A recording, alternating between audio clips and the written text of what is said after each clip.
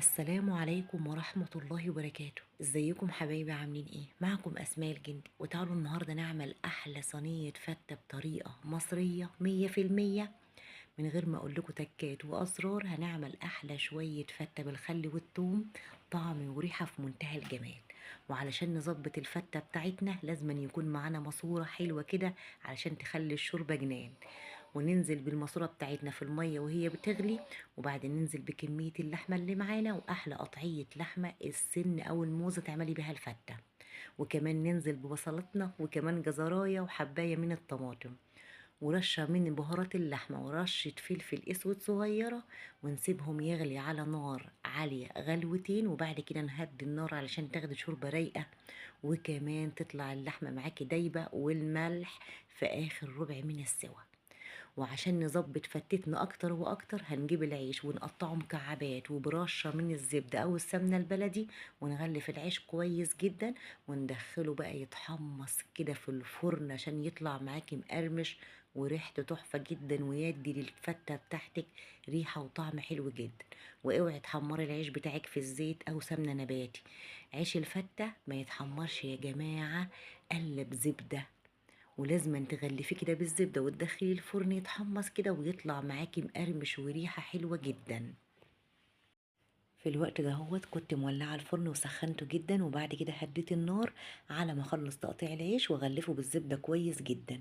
واحلى تحميص العيش الفتة هو في الفرن، احسن ما انك تحمصيه على البوتاجاز من فوق. تمام. ومن حين لاخر تقلبي في العيش علشان ما يتحرقش منك وياخد اللون الذهبي الحلو ده. وتحمصته في الفرن يا جماعه ما بياخدش منك كميه دهون كتيره. تمام. وزي ما بقول لكم يا جماعه، احلى تحميصه للعيش هي بمعلقه سمنه بلدي او زبده. تمام. وعلشان نظبط فتتنا اكتر واكتر، تعالوا نعمل صلصتنا. نزلنا بمعلقه سمنه، وننزل بمعلقه توم كبيره مهروسه، ونحمرها لحد ما تاخد اللون الذهبي الحلو اللي انتوا هتشوفوه معايا كده.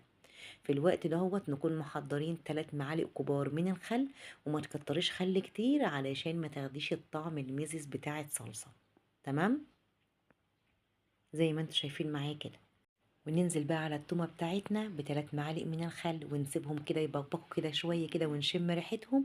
وبعد كده ننزل بالبهارات تتحمص معاهم، كزبرة ناشفة وكمون وفلفل اسود، رشة من الشطة والملح. تمام. ورشة الشطة دي اختياري. ونكون ضاربين طماطم بتاعتنا ومصفيينها من القشر كويس جدا، وننزل على الحاجات الحلوة كده بالطماطم. تمام. ونقلب تقليبة كويسة، ونسيبها تتسبك لحد ما تنشف من المية ويتقل قوامها جدا.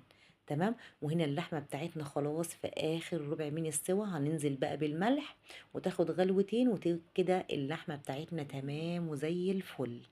وهنا بقول لكم ان الشوربة بتاعتها رايقة، وشكلها كده في منتهى الجمال.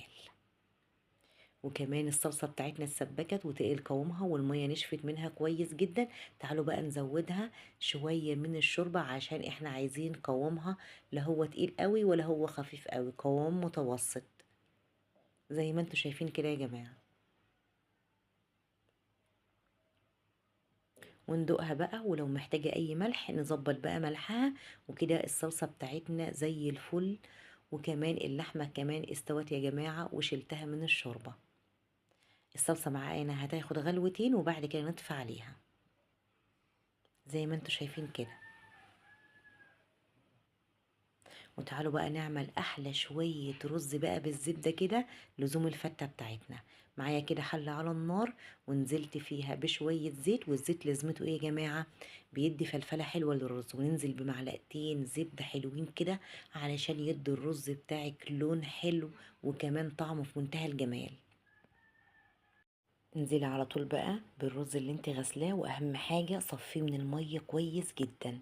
وابتدي بقى شوحي فيه لحد ما تسمعي صوته بيتخنق معاكي في الحلة كالعادة. سر نجاح الرز انك تشوحيه كويس جدا ويتغلف معاكي بالمادة الدهنية، وتنزلي عليه بمية مغلية. هيطلع معاكي رز 100% ومفلفل، وريحة وطعم في منتهى الجمال. شوحناه كويس جدا، ظبطي بقى ملحك تقلبتين. انزلي على طول بالمية المغلية. مجرد ما يتشرب ويغلي كده، وسيبيه على نار هادية علشان يكمل سواه ويطلع معاكي مفلفل وحلو جدا زي ما انتوا شايفين كده. نزلنا بقى بالمية، نقلب تقليبة كويسة، ولو احتاج مية كملي. مجرد ما يتشرب هدي النار وسيبيه بقى يستوي على نار هاديه. وهنا بقول لكم ان الصلصه بتاعتي خلاص خدت غلوتين، وخلاص كده طفينا عليها، والرز كمان استوى وبقى زي الفل زي ما انتم شايفين كده، اللهم بارك. طالع مفلفل ولونه حلو جدا. تعالوا بقى اللحمه اللي احنا سلقناها، تعالوا بقى نديها تشويحه كده في معلقه زبده حلوه كده مع رشه فلفل ورشه ملح. بجد الخطوه دي للحمه المسلوقه بتخليها حلوه جدا وطعمها في منتهى الجمال. معلقة الزبدة نزلت كده في الطاسة معانا سخنت، ننزل بقى بقطع اللحمة اللي احنا سلقناها. وخطوة مهمة جدا يا جماعة، لما نيجي نسلق اللحمة ما نسيبهاش في الشوربة، لازم نشيلها من الشوربة ونصفيها كويس جدا، لان لو سبتها فترة طويلة في الشوربة طعمها بجد ما بيبقاش حلو وبيغير في طعمها. تمام. ننزل بقى برشة فلفل اسود وكمان رشة ملح ونديها تشويح. احنا مش عايزين نحمرها خالص، احنا عايزينها تاخد من طعم الزبدة كده، وتبقى ايه، كمان الفلفل الاسود بيديها ريحة حلوة كده وطعم في منتهى الجمال.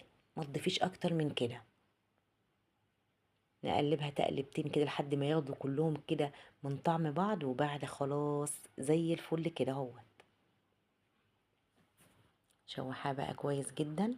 تعالوا بقى اخر حاجة يا جماعة نظبط بقى الصينية بتاعتنا. العيش طلع كده خد اللون القرمشة الحلو دهوت، وبجد ريحته خطيرة جدا. واوعي تنزلي على عيش الفتة بشوربة تكون باردة، لازم أن تكون الشوربة بتغلي زي ما انت شايفة كده، علشان اول ما تنزلي تطر العيش معاكي كده هوت. وما تكتريش في نفس الوقت ايه الشوربة بتاعت العيش علشان ما يطلعش منك ملتوت. احنا عايزين تفضل فيه القرمشة الحلوة والندغة الحلوة كده مع الرز، بيبقى طالع بسم الله ما شاء الله طعمه في منتهى الجمال. وعلشان نطعم العيش بتاعتنا هننزل بكبشتين كده هوت من الصلصة الحلوة بتاعتنا دهيت، علشان تطعم العيش ويبقى طعمه حلو جدا. نيجي بقى للرز بتاعنا، وننزل بقى بالرز كده ونظبط صينية الفتة. بجد احلى طريقة فتة تاخديها بنفس الطريقة، تطلع معاكي حلوة وريحة وطعم في منتهى الجمال. وزعي بقى الرز كويس لحد ما العيش ايه نغطيه بالرز، ورشة الصلصة اللي احنا نزلنا على العيش ايه بيها بتخلي العيش طعم كده وطعمه حلو جدا. كده خلصنا بقى توزيع الرز كده هوت. نيجي بقى ايه للصلصة. طبعا كنت عايزة اعمل رسمة كده بالصلصة بس ما نفعتش، طلعت ايه مايلة على الجنب التاني، مش مشكلة.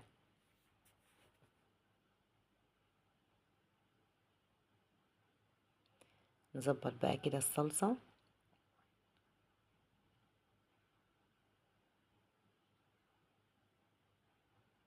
كنت بقى يا جماعة زي ما بقول لكم ناوية ارسم وردة حلوة كده، بس الوردة طلعت ايه مايلة شوية.